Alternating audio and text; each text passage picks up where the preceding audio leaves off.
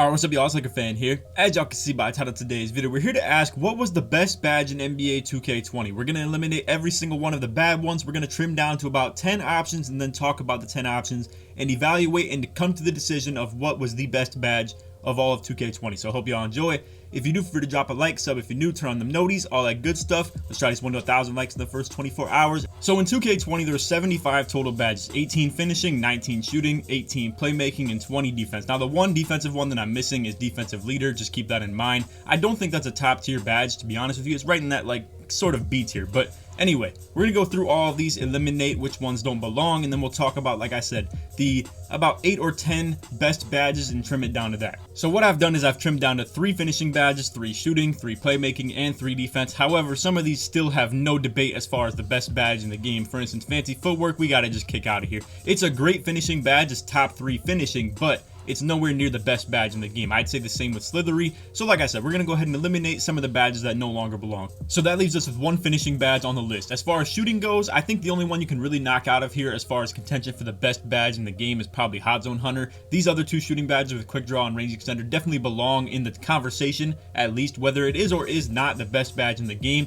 Definitely those 2 belong in the conversation for the best one.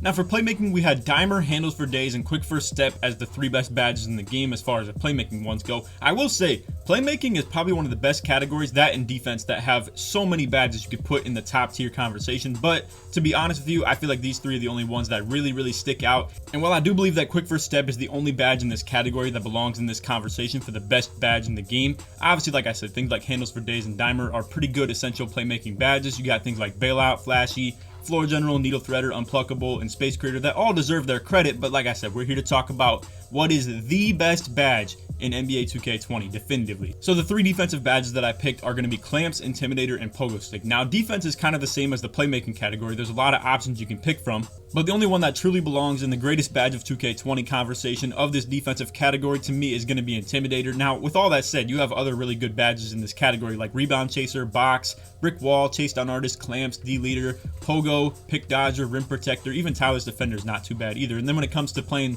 the post scores and stuff like that, Post Move Lockdown is actually very effective for what you want it to do. But like I said, we got Intimidator as the only defensive badge coming out of this category. Now we got 5 badges left. We're going to go to a different platform and explain this to you guys and break these 5 badges down. So with that said, we got Contact Finisher, we got 2 shooting badges with Quick Draw and Range Extender, then we have 1 playmaking badge with Quick First Step, and then our 1 defensive badge is Intimidator. Alright, so now that we're here, y'all have no idea how long this actually took me, but anyway, now that we're here, we got our 5 badges: Quick Draw, Range Extender, Contact Finisher, Intimidator, and Quick First Step. Now, in order to eliminate some of these, I'm just going to go ahead and talk about how NBA 2K20 functions as a game. So, for instance, I feel like finishing badges are a bit overrated. I will say, obviously, this is the best one, at least in my opinion. That Contact Finisher allows you to make contested layups, allows you to make contested finishes as far as getting contact dunks, but in all reality, contested layups, they're not exactly the most efficient thing in the first place. And the truth about this badge is, like I said, contested layups aren't really the most efficient thing in this game anyway. Even if you have the badge on Hall of Fame, you're not really hitting anything more than 40% too efficiently no matter what, even with 99 driving layup, 99 driving dunk. Now, this badge only pertains to the builds that actually get contact dunks in my opinion, and because that is the case, this is going to be the first badge that we eliminate.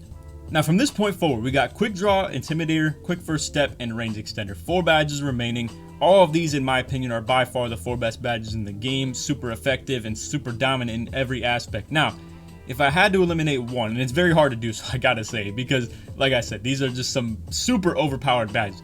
If I had to eliminate one, I'm gonna say Range Extender next. The best explanation I can give of why I put Range Extender out before either of the other 3, this is more of a want badge rather than a need. You need Quick Draw to shoot the ball, and you definitely need Range Extender to run your proper offense. I'm talking pick and roll, to be able to shoot from deep, even on ISO to not just hug the 3-point line, and even like having Range Extender helps you with the mid-ranges and stuff like that too. So just keep in mind, guys, I'm not devaluing Range Extender. I'm just saying I think these 3 badges remaining are more effective than Range Extender itself. So now we have the 3 most elite badges of each category of the defense, shooting, and playmaking. The next one that I'm going to put out is going to be Quick First Step. The reason for this being is not that this is a devalued badge. It's not that it's bad in any way. Like I said, this is probably the 3rd best badge in the game. Maybe 4 if you want to put Range Extender above this. I can understand why you disagree with what I just said right here. But Quick First Step, obviously, to speak to its pros, super essential, obviously, I mean, for everything possible. Triple threat as a slasher, dribbling with a point guard, whether it's out of your size up combos or anything like that, even just flat out catching the ball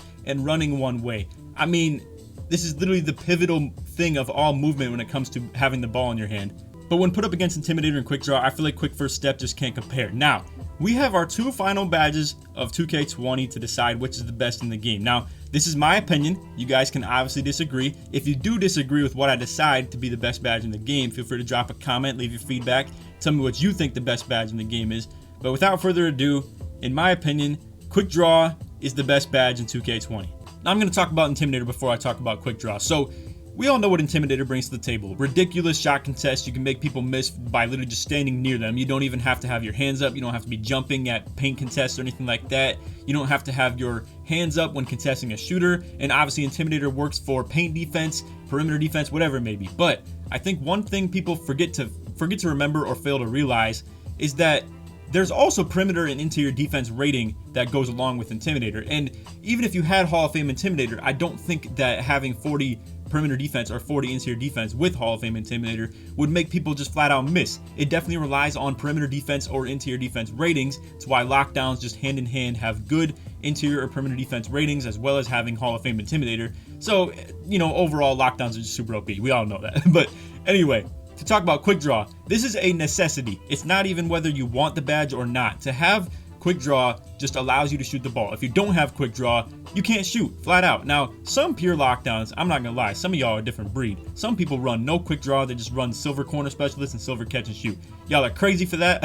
I don't know who shoots like that. I don't know who can even shoot with no Quick Draw. I feel like to not have Quick Draw just makes you a super inconsistent shooter. Like, as far as the jump shot speed that you get, as far as your ability to shoot the ball. Now, I will say, one thing that devalues Quick Draw is the fact that you don't even have to have the badge at all to be effective sometimes. Obviously, if you're an inside big, you don't need this. And you can make the case for any badge like that. You could say Quick First Step, you don't need if you're an outside big or an inside big sometimes, where you're just grabbing rebounds, putting the ball in the hoop, whether it's off pick and rolls, pick and pops. That's why you don't need Quick First Step. You could say you don't need Quick Draw because you're an inside big and you're not even going to shoot the ball anyway, even if they gave it to you on gold, because flat out your 3-point rating is too bad, or you're just not a skilled enough shooter. You guys know the deal. Like, you just don't want to shoot the ball.